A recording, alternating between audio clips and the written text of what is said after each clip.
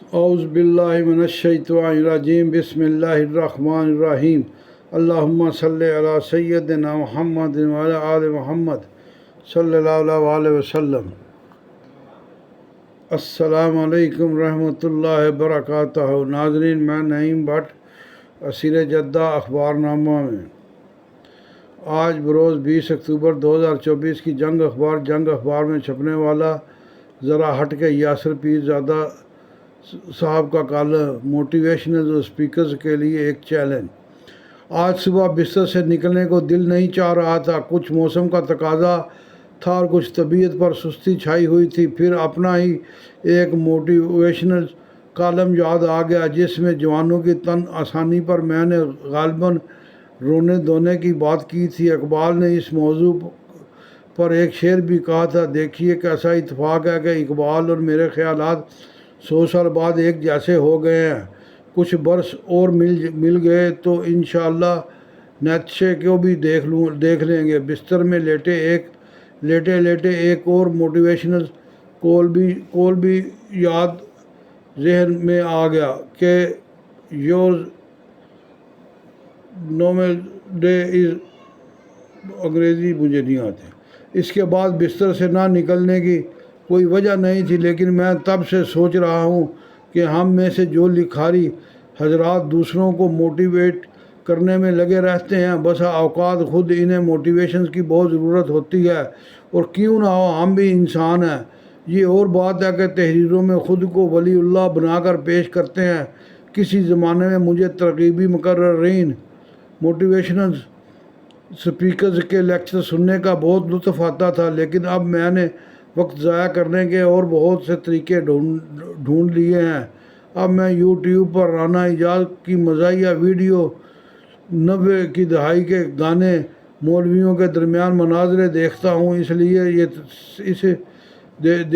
اس سے طبیعت حشاش بشاش رہتی ہے، کولیسٹرول نہیں بڑھتا اور ایمان بھی تازہ رہتا ہے۔ کچھ لوگوں کا خیال ہے کہ میں موٹیویشنل اسپیکرز کا ٹھٹھا اڑاتا ہوں، حالانکہ ایسی بات نہیں۔ یہ بہت قابل لوگ ہیں، دنیا جہان سے عجیب و غریب مثالیں تلاش کر کے نوجوانوں کو زندگی میں آگے بڑھنے کی ترغیب دیتے ہیں۔ یہ کوئی معمولی کام نہیں۔ اگر ان کے خطابات سے متاثر ہو کر کوئی ایک شخص بھی اپنی کایا کلپ کر لے تو وہ اس پر بجا طور پر فخر کر سکتے ہیں۔ تاہم مجھے چند باتوں سے اختلاف ضرور ہے۔ مثلاً ان موٹیویشنل اسپیکرز کی باتیں سنیں تو یوں لگتا ہے جیسے ان کے نزدیک کامیابی کوئی شے ہے جو کسی تجوری میں پڑی ہے اور ہر انسان کی زندگی کا مقصد اس تجوری کا حصول ہونا چاہیے۔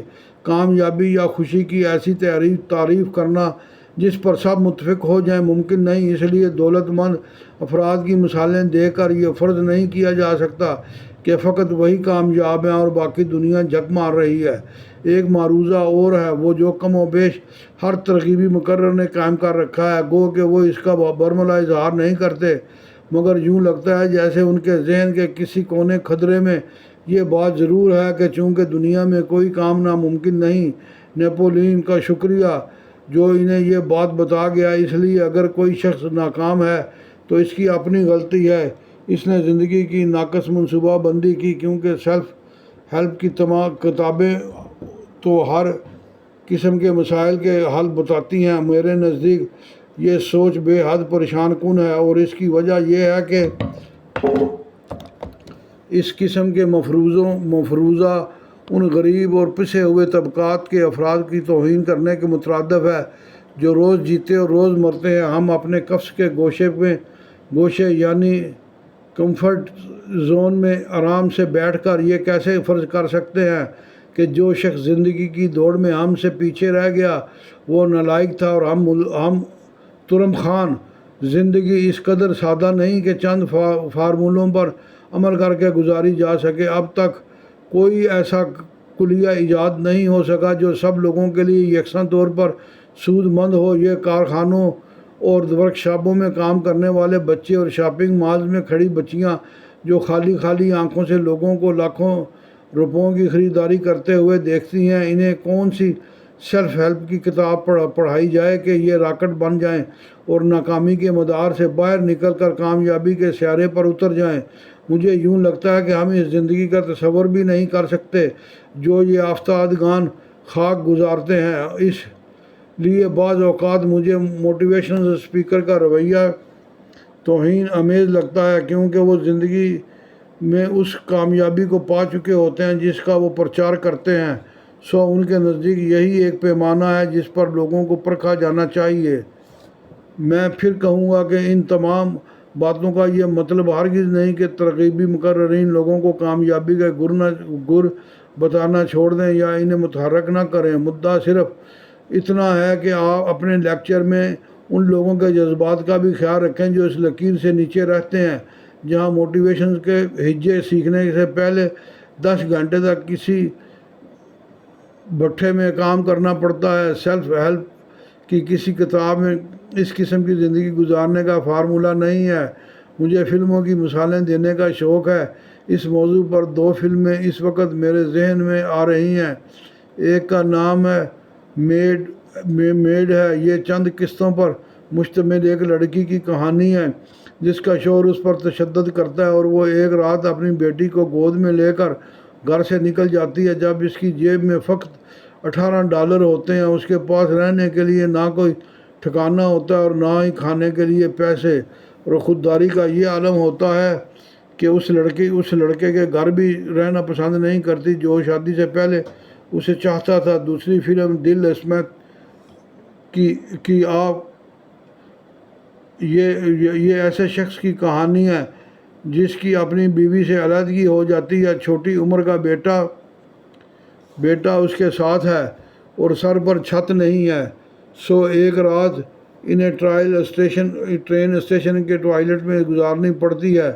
ان دونوں فلموں میں دکھایا گیا ہے کہ کس طرح نامساعد اور کٹھن حالات کے باوجود یہ لوگ دن رات انتھک محنت کر کے اپنی ناکامی کو کامیابی میں بدل دیتے ہیں۔ ہمارے ہاں بھی یقیناً ایسے لوگ ہیں جنہوں نے انتہائی غربت میں آنکھ کھولی لیکن پھر اپنے ارادے کی مضبوطی اور سخت محنت کی بدولت غربت کے گن چکر سے خود کو باہر نکال لیا۔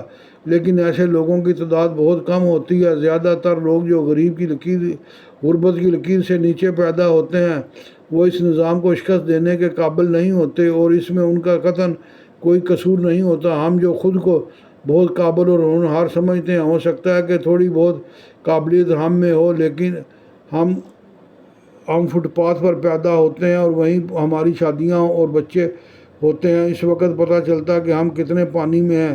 آپ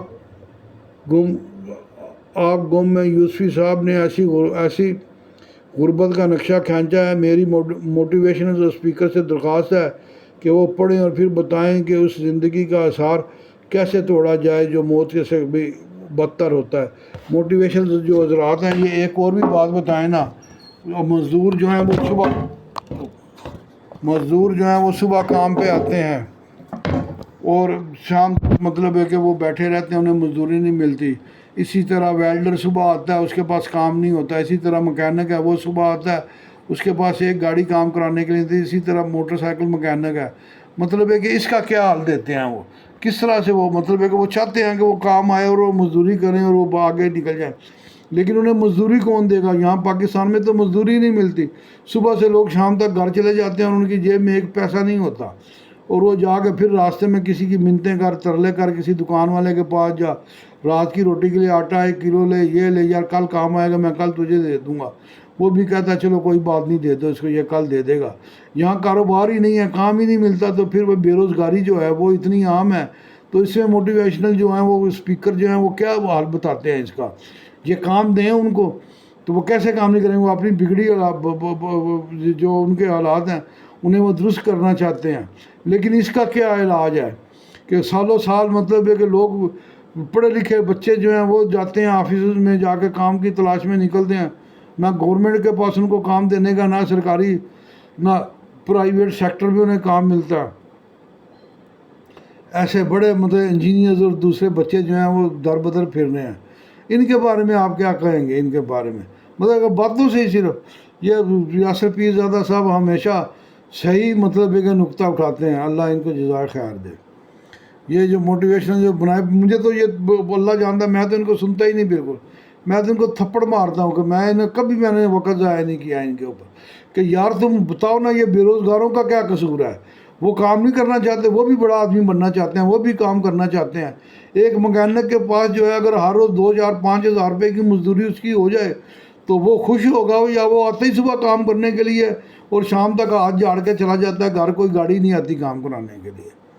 ناظرین، یہ تھا جناب یاسر پیرزادہ صاحب کا کالم، امید ہے آپ کو پسند